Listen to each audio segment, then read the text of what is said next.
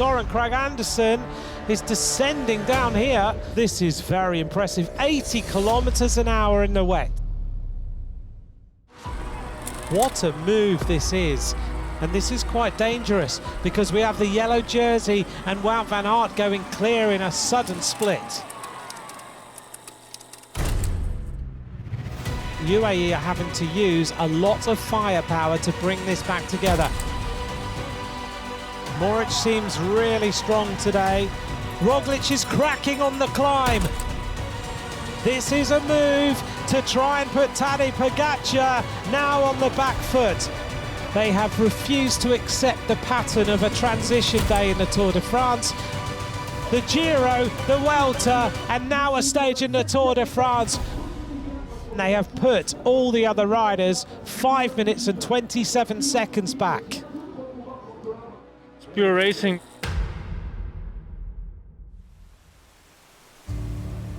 The Tour heads to the Alps on stage 8 with the first Category 1 climbs of this year's race.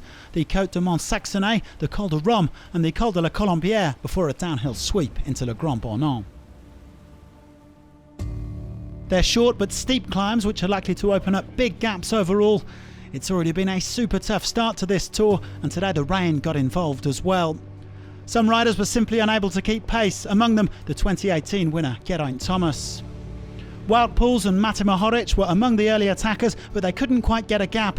More big guns going backwards though, including Primož Roglic. This is the moment that I think the lights go out on Primož Roglic's Tour de France. Lots of riders still trying their luck up front, with Tadej Pogačar getting into one move, but it was all back together again before the first climb, the Category 3 Côte de Copenhague. Wout Poels goes on the attack again. Great to see that Brandon McNulty now has recovered from his crash of the other day. Kenny Elissonde, Nairo Quintana, Søren Kragh Andersen led the chasing group behind Wout Poels, and we're setting ourselves up for the next climb.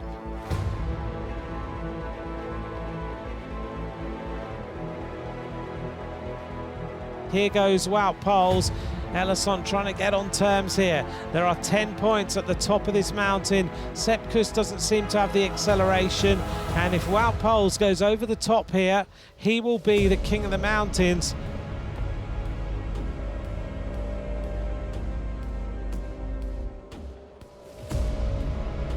Søren Kragh Andersen is descending down here like he's on dry roads. This is very impressive. 80 kilometers an hour in the wet. That was a very fast descent. Oh, IZAGUIRRE decides to go straight on.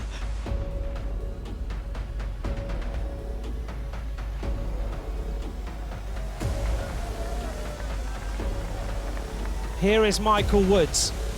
He catches Tiesj Benoot. Michael Woods has just caught Søren Kragh Andersen and attacked him on this climb of the Col de Rome.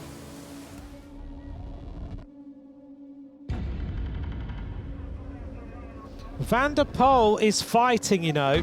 He is not giving in this yellow jersey.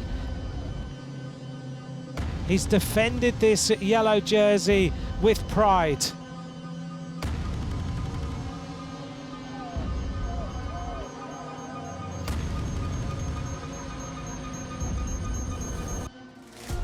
This is the attack of last year's winner of the Tour de France, Tadej Pogačar. Formolo has set it up. Alaphilippe is not able to respond to the attack of Tadej Pogačar. This is a huge assault by Pogačar. This is him trying to deal blows to every single other rider who dreams of winning the Tour in Paris. The defending champion, a man on a mission, reaching the top of the Col de Rome around 3 minutes down on the leaders. Michael Woods now up front with a small chase group on his heels. Mathieu van der Poel had cracked, but Wout van Aert was still in the mix for the yellow jersey. He led Pogačar by over 3 minutes this morning.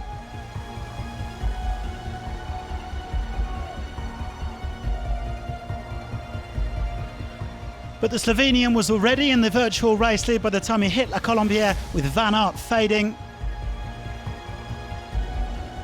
Woods still leading with IZAGUIRRE, Dylan TEUNS and Simon Yates chasing. But POGAČAR was absolutely flying up the climb. Could he get the stage win as well?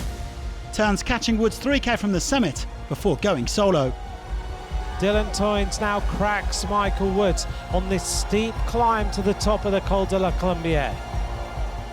The Belgian cresting with only 20 seconds in hand over POGAČAR, but he could afford to take a few more risks as he went in search of a second Tour stage victory. He had to really lean it into that turn, almost on the rim of the road there. POGAČAR is being caught, and he's been caught by IZAGUIRRE and also Michael Woods. Today it's going to be Dylan TEUNS. He checks behind him for the final time and makes his way up to the finish in Le Grand-Bornand. This rider has timed his attack to perfection on the Col de la Colombière, and he has ridden to the race victory. It's his second stage win in the Tour de France. Last time it was La Planche de Belleville, this time it's Le Grand-Bornand. We see the arrival of the white jersey of Tadej POGAČAR heading towards the finish line. IZAGUIRRE is looking for second place. Michael Woods is looking for third place on today's stage of the Tour into Le Grand-Bornand. So it's going to be IZAGUIRRE in second, Michael Woods in third, but behind them Tadej POGAČAR has ripped through the Tour de France like a tornado, and he crosses the line and will be the yellow jersey tonight.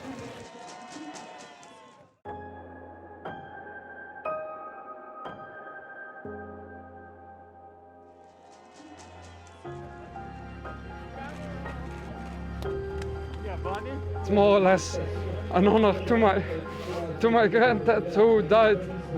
That's why I was pointing. We had the funeral 1 week before. I had like a few days before I had to go to the Tour, so it was a bit emotional for me this last 10k.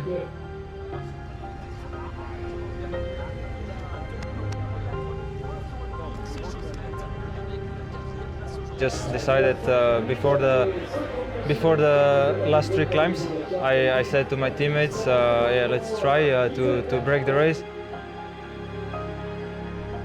POGAČAR said he would try to break the race today, and that's exactly what he did. Van Aert is the only man within 4.5 minutes, and many riders' GC bids are now over.